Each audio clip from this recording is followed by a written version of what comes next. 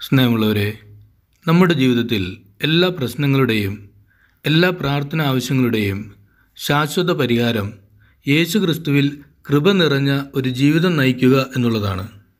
അതിനുവേണ്ടി കർത്താവിനോട് എപ്പോഴും പ്രാർത്ഥിക്കുകയും കർത്താവിൽ നിന്ന് കൃപ സ്വീകരിക്കുകയും മാത്രം ചെയ്താൽ മതി. വിശുദ്ധ യോഹന്നാൻ്റെ സുവിശേഷം 1-ാം അധ്യായം 17-ാം വാക്യത്തിൽ ഇപ്രകാരമാണ് പറയുക: എന്തുകൊണ്ടെന്നാൽ നിയമം മോശ വഴി നൽകപ്പെട്ടു, കൃപയും സത്യവുമാകട്ടെ യേശുക്രിസ്തു വഴി ഉണ്ടായി.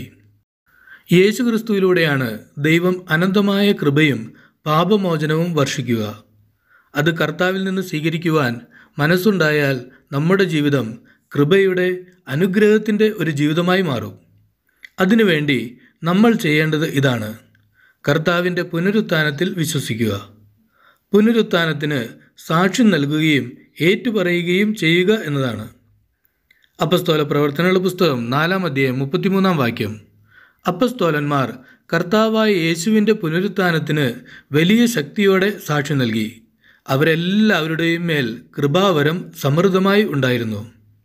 യേശുവിനെ ഏറ്റുപറയുകയും സ്തുതിക്കുകയും മഹത്വപ്പെടുത്തുകയും ചെയ്യുമ്പോൾ കൃപാവരം, പരിശുദ്ധാത്മാവ്, ദൈവത്തിൻ്റെ കരുണയും സ്നേഹവും അനുഗ്രഹങ്ങളും എല്ലാം നൽകി നമ്മെ അനുഗ്രഹിക്കുവാൻ തുടങ്ങും. രണ്ടാമതായി, നമ്മൾ വിശ്വസിക്കുകയും ഏറ്റുപറയുകയും ചെയ്യേണ്ടത് കർത്താവിൻ്റെ തിരുവചനമാണ്. തിരുവചനത്തെ കൃപയുടെ വചനം എന്നു തന്നെയാണ് വിശേഷിപ്പിക്കുന്നത്. അപ്പസ്തോല പ്രവർത്തനങ്ങളുടെ പുസ്തകം 14-ാം അധ്യായം 3-ാം വാക്യം: അത്ഭുതങ്ങളും അടയാളങ്ങളും പ്രവർത്തിക്കാൻ അവർക്ക് അനുഗ്രഹം നൽകിക്കൊണ്ട് കർത്താവ് തൻ്റെ കൃപയുടെ വചനത്തിന് സാക്ഷ്യം നൽകി. കൃപയുടെ വചനം വായിക്കുകയും വിശ്വസിക്കുകയും അത് ഏറ്റുപറഞ്ഞ് കർത്താവിൽ നിന്ന് അനുഗ്രഹം സ്വീകരിക്കുകയും വേണം. അപ്പസ്തോല പ്രവർത്തനങ്ങളുടെ പുസ്തകം 20-ാം അധ്യായം 32-ാം വാക്യം: നിങ്ങളെ ഞാൻ കർത്താവിനും അവിടുത്തെ കൃപയുടെ വചനത്തിനും ഭരമേൽപ്പിക്കുന്നു. നിങ്ങൾക്ക് ഉത്കർഷം വരുത്തുന്നതിനും സകല വിശുദ്ധരുടെ ഇടയിൽ അവകാശം തരുന്നതിനും ഈ വചനത്തിന് കഴിയും. ദൈവത്തിൻ്റെ തിരുവചനത്തിലൂടെ നമുക്കും കൃപകൾ സ്വീകരിക്കാം. പാപത്തിനും തിന്മയുടെ ശക്തികൾക്കും ഒരിക്കലും കർത്താവിലൂടെ വെളിപ്പെട്ട കൃപയുടെ മേൽ ആധിപത്യം സ്ഥാപിക്കുവാൻ സാധിക്കില്ല. റോമ 5:20: പാപം വർദ്ധിച്ചെടുത്ത് കൃപ അതിലേറെ വർദ്ധിച്ചു. റോമ 6:14: പാപം നിങ്ങളുടെ മേൽ ഭരണം നടത്തുകയില്ല, കാരണം നിങ്ങൾ നിയമത്തിന് കീഴിലല്ല, കൃപയ്ക്ക് കീഴിലാണ്. കർത്താവിൻ്റെ കൃപയാലും അനുഗ്രഹത്താലും നമുക്ക് നിറയുവാൻ ശ്രമിക്കാം. റോമ 16:20 ഇപ്രകാരമാണ് പറയുക: സമാധാനത്തിൻ്റെ ദൈവം ഉടൻ തന്നെ പിശാചിനെ നിങ്ങളുടെ കാൽ കീഴിലാക്കി തകർത്തു കളയും. നമ്മുടെ കർത്താവായ യേശുക്രിസ്തുവിൻ്റെ കൃപ നിങ്ങളോടുകൂടെ ഉണ്ടായിരിക്കട്ടെ. നമ്മുടെ എല്ലാ പ്രതിബന്ധങ്ങളെയും തടസ്സങ്ങളെയും യേശുക്രിസ്തുവിലൂടെ വെളിവാക്കപ്പെട്ട ദൈവത്തിൻ്റെ കാരുണ്യം തകർത്തു കളയും.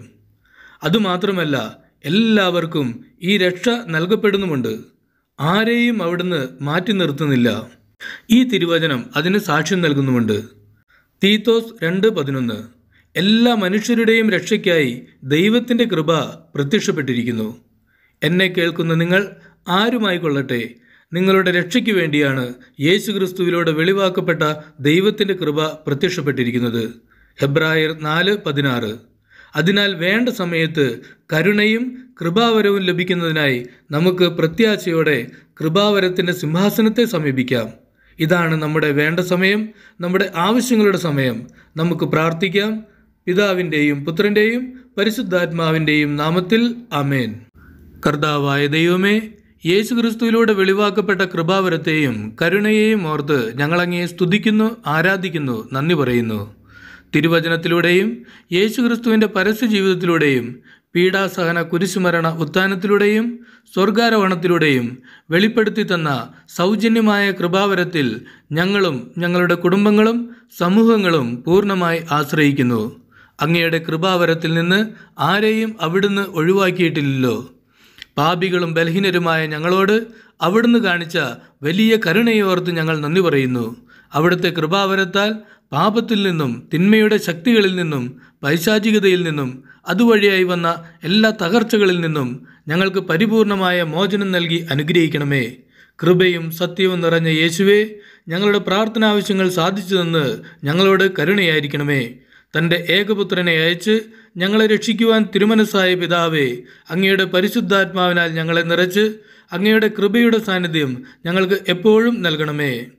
തൻ്റെ ഏകപുത്രനെ അയച്ച് ഞങ്ങളെ രക്ഷിക്കുവാൻ തിരുമനസ്സായ പിതാവേ, അങ്ങയുടെ പരിശുദ്ധാത്മാവിനാൽ ഞങ്ങളെ നിറച്ച് അങ്ങയുടെ കൃപയുടെ സാന്നിധ്യം ഞങ്ങൾക്ക് എപ്പോഴും നൽകണമേ.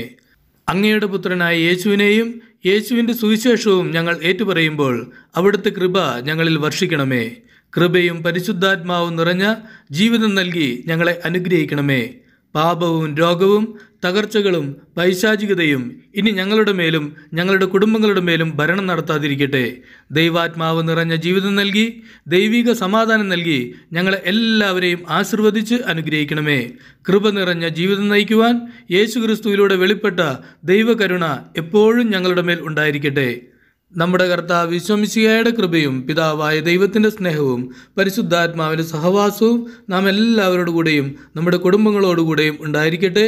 കൃപ നിറഞ്ഞ ജീവിതം നയിക്കുവാൻ ത്രിത്വൈക ദൈവത്തിൻ്റെ സഹായം നമ്മൾക്ക് നമ്മുടെ കുടുംബത്തിനും എപ്പോഴും ലഭിക്കട്ടെ, ഇപ്പോഴും എപ്പോഴും എന്നേക്കും. ആമേൻ.